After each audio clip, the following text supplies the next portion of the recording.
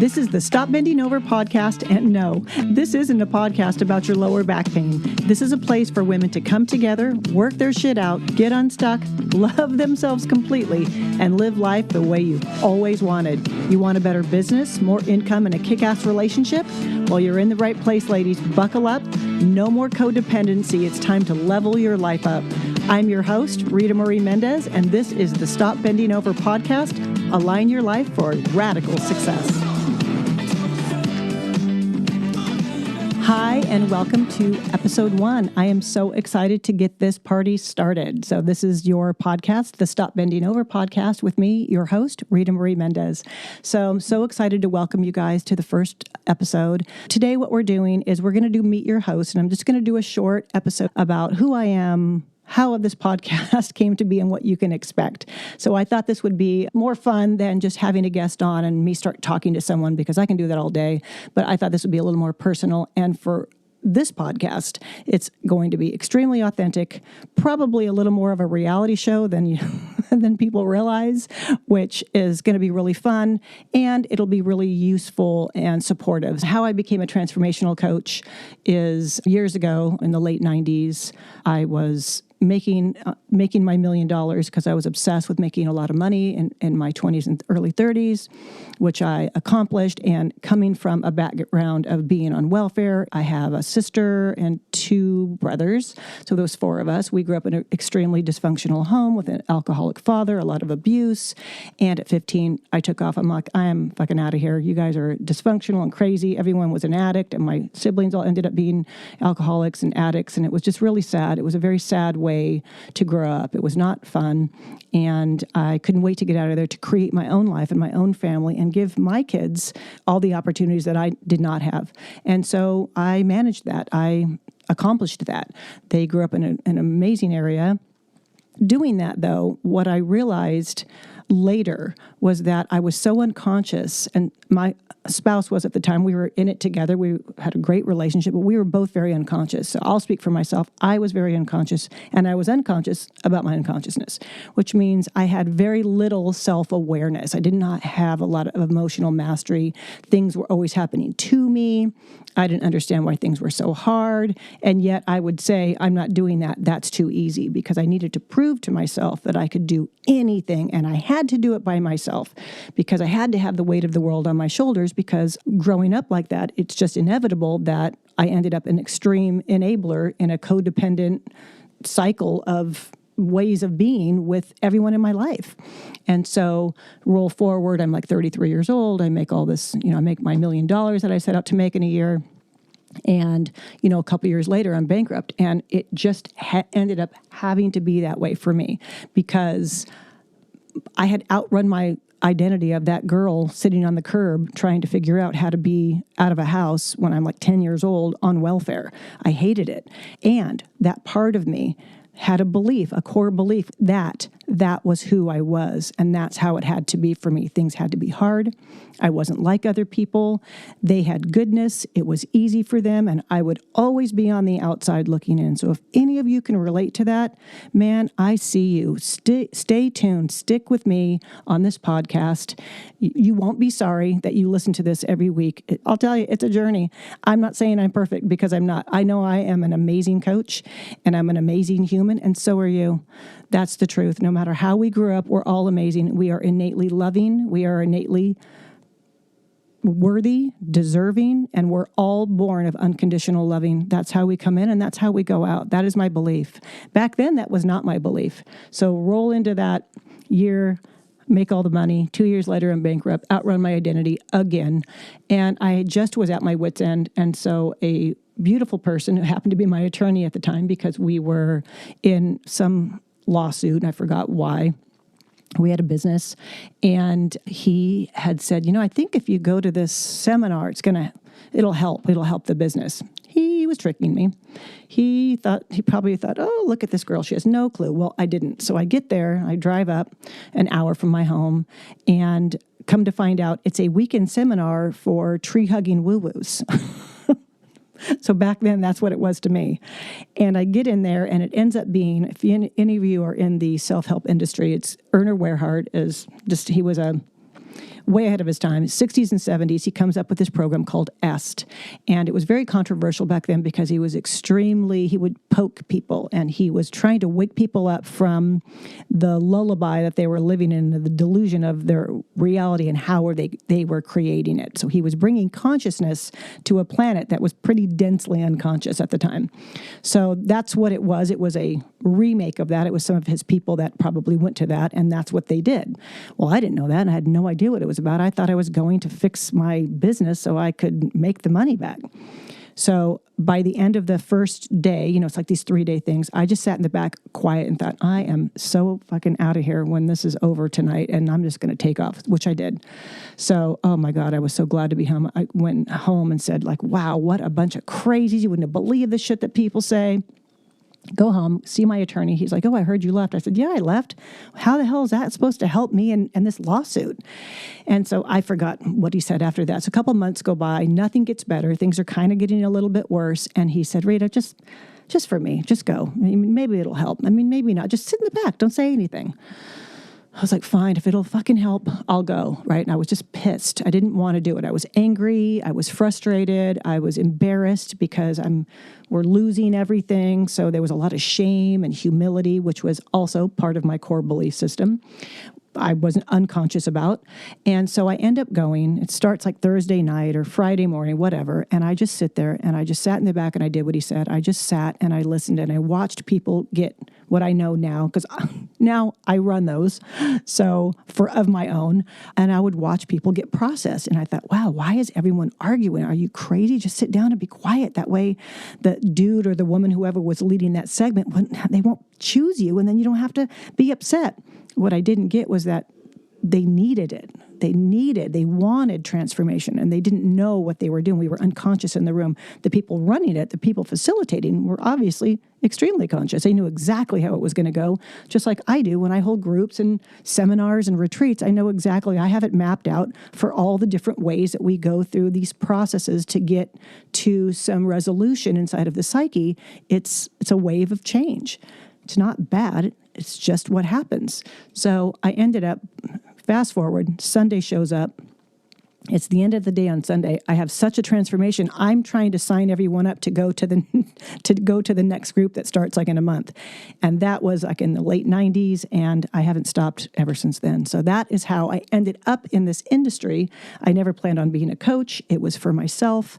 I went through the next maybe 10 years really just doing numerous coaching certification, but not to be a coach. It was just because back then you needed to do all this transformative work to be a coach. I started off with Debbie Ford, who was an amazing shadow integration teacher. She worked with Deepak.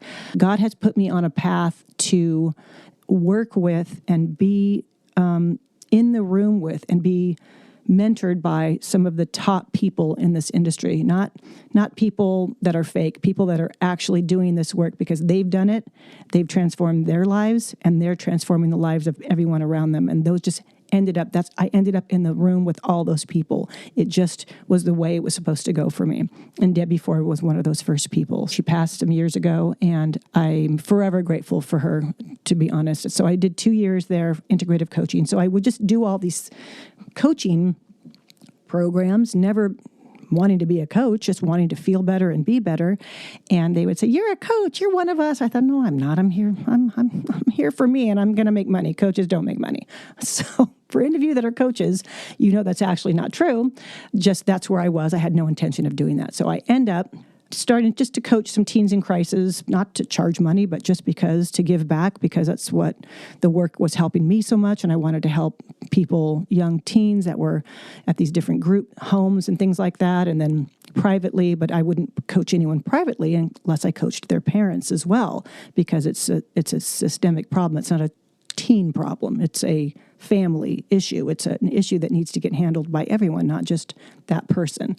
And so then it turned into, I started coaching women, and then women in transition. And then in West Hollywood, I would have weekly get-togethers. And then I created my first ever group. I look back, I don't even know what year that was. Maybe, I don't even know. It was just really funny to think back how I started, just very organically, just to share. And we would come together and have snacks and I'd create little worksheets, and that's what we would do. And I had people years later say, man, that little 8-week course at your apartment was some of the best. I've done all this stuff since, and it's still the best one. So that's how I ended up being a coach. And then in 2010, I did a master's degree in spiritual psychology at the University of Santa Monica. I have so many coaching certifications and trainings. It's crazy. Master practitioner in NLP, which is neuro-linguistic programming. That's how Tony Robbins started off, and Jim Rohn.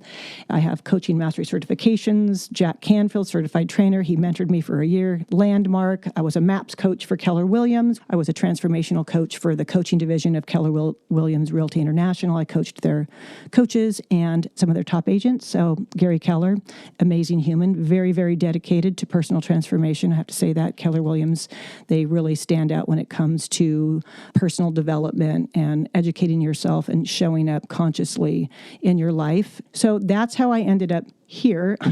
So I've been coaching a lot of real estate agents, obviously, over the last 10 plus years. And now this podcast, I chose to specifically speak to women, mid-30s, mid-50s, 60s. What happens is in this piece of life, we've had kids, we're not in our 20s, we've grown up a bit, we've matured. And what I've realized in this industry and coaching so many people and running seminars is that about early to mid-30s is when we start to wake up that there's parts of our life that aren't working. And that's why I created this podcast. I went through that, so I'm coaching you guys for what I went through, and I've seen it hundreds and hundreds of times. We don't have something we want. We don't have the career, the spouse, the house, the kids, the car, the money, whatever it is, the looks, the weight, the health. And what I've found is that as women, we have our own set of challenges, different than men. We're different. It's not better, worse, just different. And so supporting you to transform your relationship first with yourself, foremost with you. And then from that space, you get to transform your life with everyone that you're in relationship with and everything else, every circumstances, career, money, family, community, clients, all of it. And it starts from the inside. I'm here to share with you. I'm here as living proof. I'm a girl that grew up on welfare with the lowest self-esteem you can ever imagine, is that life is an inside-out job. Life gets juicy when you live an awakened, conscious life. An unexamined life is an unconscious life. Anytime the mind is saying, figure it out, it means that you're looping in some confusion state. And it's meant to keep you safe. The nervous system is trying to keep you safe. That's what it does. Your nervous system, the mind, thinks familiar equals safety. And that is absolutely not true. It is not true at all. I am here to support you and transform you and your relationship with yourself. What you think is true about you might not be so true, especially if it limits you. Think about what you think is possible, what you believe is possible for yourself. If you think sky's the limit, I can do anything I put my mind to. Great. Do that. Anything else is limiting. And that means there's some beliefs that could stand maybe a little light shown on them. And that's what this podcast is for. So my ask is that you come to this podcast with what the Buddhists call a beginner's mind. That comes from Zen Buddhism. It just means that you look at every situation you're placed in as if it's the first time you're seeing it. So imagine all the possibilities. You're looking at everything through the eyes of like a child. That's all we have to do. It's just a willingness to be open to learn that maybe things could be easier than you think. Maybe this 3D printing manifestation is not as hard as I'm making it out to be, whether it's a partner that you want to call in, the relationship, the money, the clients, the business, the job promotion, a more harmonious relationship with your partner or your kids. It's all possible. As soon as you're right about the way it is, then you're shutting down the possibilities. And that's where the familiarity comes in. And that's where the safety comes in. But remember that familiarity does not equal safety.